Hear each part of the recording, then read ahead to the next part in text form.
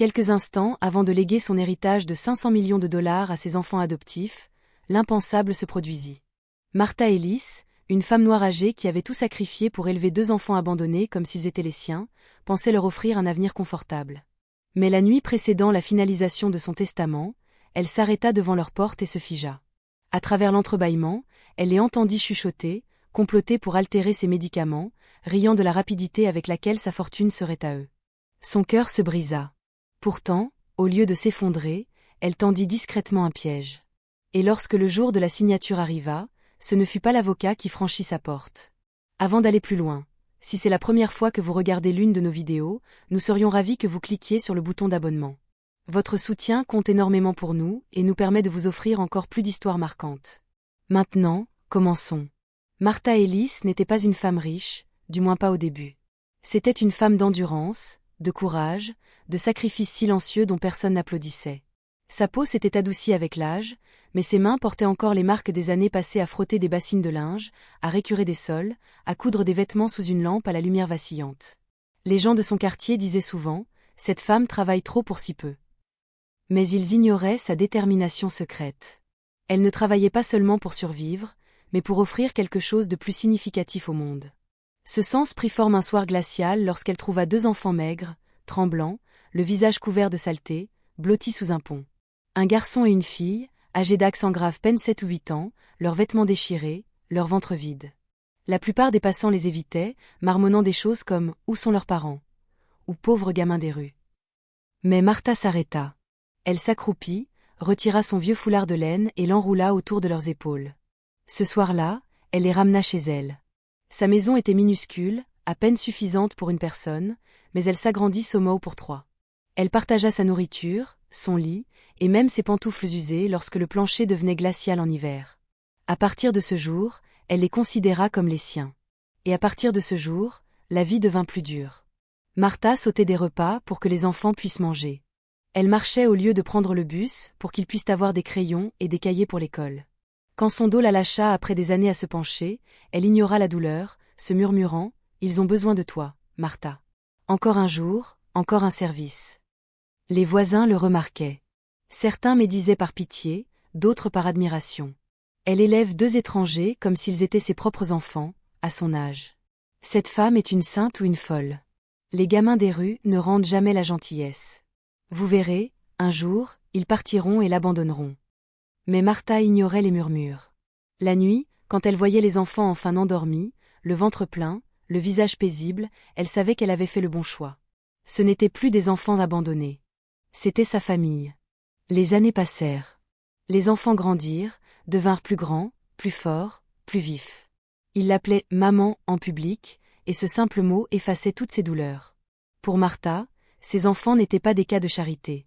Ils étaient son héritage, la preuve que l'amour pouvait être choisi, et non seulement hérité. Mais sous ces sacrifices se cachait une vérité que Martha n'admettait jamais, même à elle-même. Elle leur donnait tout parce qu'elle n'avait personne d'autre. Elle ne s'était jamais mariée, n'avait jamais porté ses propres enfants, n'avait jamais eu quelqu'un pour appeler son nom à la table du dîner. Ces 2 âmes n'étaient pas seulement ses dépendants. Elles étaient tout son monde. Et pour eux, elle endurait tout, la pauvreté, la faim, les moqueries. Elle croyait que ces sacrifices plantaient des graines. Des graines qui germeraient en gratitude, en amour, en loyauté. Elle n'avait aucune idée que les graines qu'elle nourrissait si soigneusement donneraient un jour quelque chose de totalement différent. La vie de Martha avait toujours été cousue de fragments. Fragments de nourriture, fragments d'argent, fragments de chance. Pourtant, elle n'avait jamais cessé de chercher des moyens de transformer le peu en davantage. Au début, ce n'était rien d'extraordinaire. Elle acheta un lopin de terre à l'extérieur de la ville avec quelques dollars économisés en nettoyant des cuisines. Les gens riaient quand elle plantait des légumes sur un sol que d'autres jugeaient inutile. Cette terre ne produira rien, railla un voisin. Mais saison après saison, son petit jardin donna assez pour vendre au marché. Quelques pièces par-ci, quelques billets par-là, cela s'additionnait. Puis vint une seconde chance. Une amie lui parla d'une coopérative locale où les femmes pouvaient investir de petites sommes dans de petites entreprises. Martha rassembla ce qu'elle pouvait, vendant même les vieux bijoux de sa mère, et rejoignit le projet. C'était risqué, mais elle croyait en la croissance, en la culture des choses, comme elle cultivait ses enfants. Lentement, les profits revinrent. Les années passèrent, et chaque dollar fut soigneusement mis de côté. Son petit lopin de terre devint plusieurs hectares. Les légumes se transformèrent en bétail, le bétail en propriété, et les propriétés en actions. Ce qui avait commencé comme un pot d'argile fissuré rempli d'économies devint un coffre d'or. Ses enfants ne le remarquèrent pas au début. Pour eux, maman était juste maman, fatiguée, boitant, mais toujours là avec une assiette chaude et un rappel sévère de faire leurs devoirs. Ils ne voyaient pas les registres qu'elle tenait la nuit, son écriture soignée calculant des chiffres à la lueur d'une bougie. Mais d'autres le remarquaient. Vous savez, Martha possède 3 maisons maintenant. À son âge, ça doit être de la chance. Ou peut-être est-elle plus intelligente qu'on ne le pensait. Certains la respectaient, d'autres l'enviaient. Pourtant, à travers tout cela, Martha restait ancrée. Chaque investissement, chaque hectare de terre, chaque pièce mise de côté était pour ses enfants. Elle ne désirait pas le luxe pour elle-même. Sa maison restait modeste, ses vêtements rapiécés. Mais pour eux, elle voulait le monde.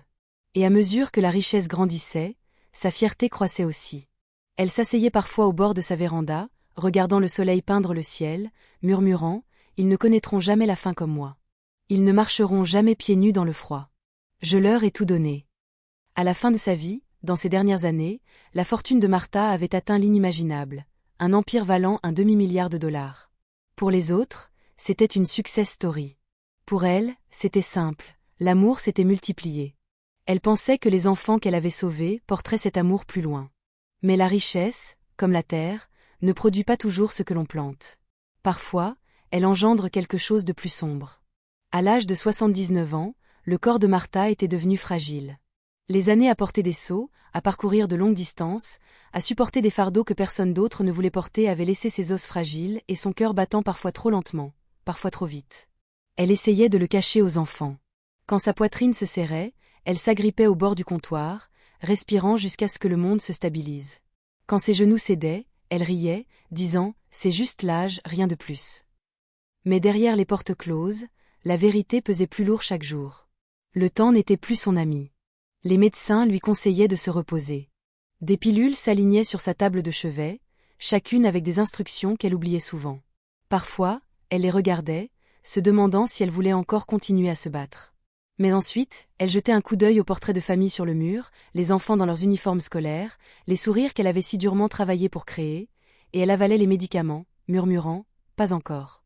Ils ont encore besoin de moi. » C'est à cette époque qu'elle prit sa décision. Si son corps la trahissait, son héritage, lui, ne le ferait pas.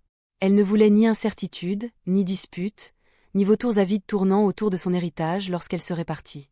Tout, chaque hectare de terre, chaque investissement, chaque centime durement gagné irait aux 2 enfants qu'elle avait élevés comme les siens. Elle appela son avocat, un vieil ami qui avait vu son ascension de la misère à la fortune. Ensemble, ils commencèrent à rédiger son testament. Assise à son bureau, sa main tremblante peinait à signer la première page. Elle s'arrêta, sa poitrine se soulevant et retombant, pensant « C'est tout.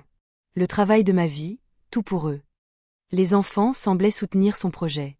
Ils posaient des questions sur sa santé, lui rappelaient de prendre ses pilules, l'exhortaient à se reposer. Pour un observateur extérieur, cela ressemblait à de l'amour, et pendant un moment, Martha se permit de le croire. Mais il y avait de petites fissures qu'elle ne voulait pas voir, des regards trop vifs échangés lorsqu'il pensait qu'elle ne regardait pas, des conversations chuchotées qui s'arrêtaient quand elle entrait dans la pièce. Elle chassait ses pensées, se disant que c'était son imagination, qu'il ne ferait jamais ça. Pourtant, l'ombre persistait, et il ne fallut pas longtemps pour que cette ombre se révèle. La maison était silencieuse cette nuit-là. Le genre de silence presque trop lourd, comme si l'air lui-même attendait. Martha était assise dans son fauteuil, un châle drapé sur ses épaules, le tic-tac régulier de l'horloge étant le seul son à lui tenir compagnie. Elle était censée se reposer, mais son corps refusait de capituler. Son esprit vagabondait, poursuivant des inquiétudes qu'elle ne pouvait cerner. C'est alors qu'elle l'entendit, un léger bruissement, le craquement d'une planche dans le couloir.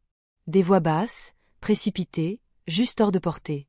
Martha se pencha en avant, retenant son souffle. C'étaient eux, ses enfants. Au début, elle pensa qu'ils discutaient de tâches ménagères ou peut-être de factures.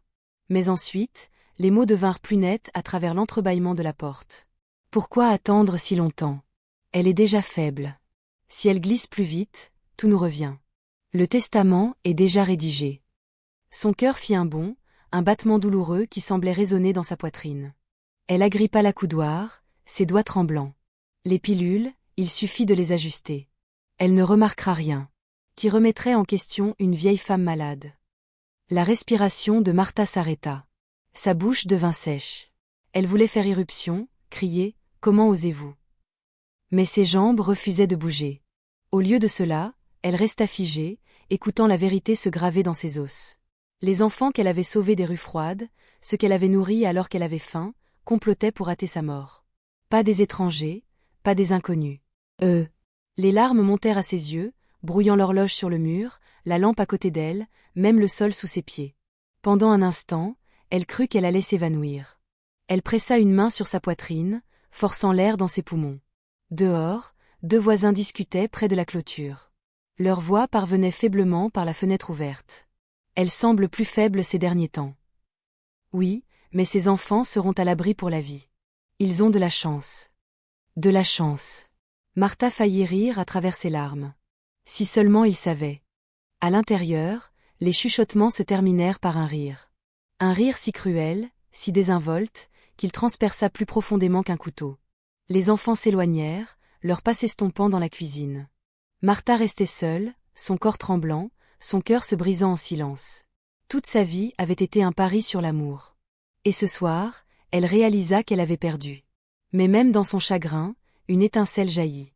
La trahison l'avait blessée, oui, mais ne l'avait pas tuée. Pas encore. Et avant que son heure ne vienne, Martha décida qu'elle ne quitterait pas ce monde en silence. Martha ne dormit pas cette nuit-là. Son corps était assis dans le fauteuil, mais son esprit arpentait la pièce, agité et tremblant. La trahison lui rongeait la poitrine, mais sous la douleur, quelque chose de plus stable se formait, une décision. À l'aube, elle avait essuyé ses larmes et stabilisé ses mains. La première chose qu'elle fit fut de décrocher le téléphone. Le numéro qu'elle composa n'était pas celui de son avocat, mais celui du commissariat local. Sa voix tremblait au début, mais elle devint bientôt claire. Elle expliqua ce qu'elle avait entendu, chaque mot gravé dans sa mémoire comme du feu. L'officier écouta, silencieux au début, puis demanda calmement « Madame Ellis, vous sentez-vous en sécurité en ce moment ?» En sécurité ? Le mot avait un goût amer. Non, elle n'était pas en sécurité. Pas dans sa propre maison. Pas en présence de ceux qu'elle avait autrefois appelés ses enfants. Pourtant, elle redressa les épaules et dit « Je le serai ». La police lui conseilla de rester calme, d'agir naturellement, de les laisser gérer le reste. Mais agir naturellement était la chose la plus difficile à faire lorsque son cœur était brisé. Toute la journée, elle se déplaça dans la maison comme si rien n'avait changé. Elle fit bouillir du thé, plia du linge, fredonna même faiblement dans la cuisine. Quand les enfants la croisèrent dans le couloir, elle sourit, un sourire faible, tremblant, mais un sourire néanmoins. À l'intérieur, son estomac se nouait. Ce soir-là, elle passa à l'action. Demain, dit-elle nonchalamment pendant le dîner, sa fourchette touchant à peine sa nourriture, l'avocat vient. Nous signerons tout. Tout sera enfin à vous. Les visages des enfants s'illuminèrent. Ils échangèrent un regard, une de ces étincelles rapides de cupidité qui auraient pu passer inaperçues aux yeux de quiconque, mais Martha le capta, et bien que son cœur se fissurât, elle força ses lèvres à esquisser un sourire doux. Plus tard, elle passa un dernier appel pour les inviter à un dîner de célébration. Son ton était chaleureux, presque joyeux. Un dernier repas de famille, leur dit-elle, avant que je ne mette tout par écrit. Derrière ces mots, elle portait le silence comme une arme. Cette nuit-là, en dressant la table pour le lendemain, ses mains tremblaient à chaque assiette qu'elle posait. Le cliquetis des couverts contre la porcelaine faillit la trahir. Elle s'arrêtait souvent, agrippant le bord du comptoir jusqu'à ce que les tremblements cessent. Dehors, un couple de voisins rentrant chez eux passa devant sa fenêtre éclairée. Elle s'occupe encore de ses enfants à son âge. Cette femme ne s'arrête jamais. Eh bien, elle n'aura plus à le faire bientôt. Ils hériteront de tout. Elle se reposera, et eux s'élèveront. Si seulement ils connaissaient la vérité qui bouillonnait derrière cette vitre. Quand Martha s'assit enfin dans son fauteuil, l'épuisement pesait sur ses os. Pourtant, dans sa poitrine brûlait une étincelle de force qu'elle n'avait pas ressentie depuis des années. Demain serait leur perte. Le lendemain soir, la maison brillait de la douce chaleur des lampes. La table était soigneusement dressée avec les meilleures assiettes de Martha. Pour tout passant, cela ressemblait à un dîner de famille, un moment de joie avant qu'une mère ne confie son héritage à ses enfants. Les enfants arrivèrent, habillés élégamment, leurs sourires larges, leurs rires insouciants. Ils l'embrassèrent sur la joue, tirèrent leurs chaises et s'assirent comme si le trône d'un demi-milliard de dollars était déjà sous eux. Martha était assise en face, son châle étroitement serré autour de ses épaules. Elle se força à siroter du thé, à hocher la tête, à rire à leurs plaisanteries creuses. À l'intérieur, sa poitrine était lourde, son pouls régulier seulement parce qu'elle s'était préparée pour ce moment. À mi-chemin du repas, un coup retentit à la porte. Les visages des enfants s'illuminèrent. « Ce doit être l'avocat », dit l'un, imaginant déjà des signatures et des actes de propriété. Mais lorsque la porte s'ouvrit, ce n'était pas un avocado. C'était la police. Les officiers entrèrent, leurs badges scintillant à la lumière, leur voix calme mais ferme. « Martha Ellis ?» demanda l'un d'eux doucement. Elle hocha la tête. Puis vint le tournant. « Nous sommes ici pour tentative de préjudice et complot contre vous. » La confusion balaya les visages des enfants, se transformant rapidement en panique. « C'est une erreur », balbutièrent-ils. Mais les preuves fournies par Martha, les mots entendus, les bouteilles de médicaments altérés, les appels enregistrés, étaient irréfutables. Lorsque les menottes claquèrent, Martha resta figée. Pas triomphante, pas satisfaite. Juste fatiguée. Fatiguée, mais vivante. Quand la porte se referma derrière les officiers, le silence emplit à nouveau la maison. La poitrine de Martha se soulevait et retombait, lentement, régulièrement, comme si elle avait exhalé des années de peur. Dans les semaines qui suivirent, elle réécrivit son testament, non pas pour les enfants qui l'avaient trahie, mais pour des enfants comme ceux qu'elle avait autrefois trouvés, abandonnés, oubliés, assoiffés d'amour. Des refuges, des bourses, des foyers qui perdureraient longtemps après que son propre corps aurait disparu. La trahison l'avait profondément blessée. Mais son héritage, lui, guérirait des blessures encore plus profondes. Parce que la famille, comprit-elle, ce n'est pas ceux que l'on élève ou pour qui l'on signe des papiers. La famille, ce sont ceux qui protègent votre cœur lorsque le monde essaie de le briser. L'histoire de Martha nous montre que la trahison peut venir des personnes les plus proches de nous, mais que la justice trouve toujours son chemin. Qu'auriez-vous fait à sa place ? Dites-le moi dans les commentaires, et n'oubliez pas de vous abonner pour découvrir d'autres histoires vraies et marquantes comme celle-ci.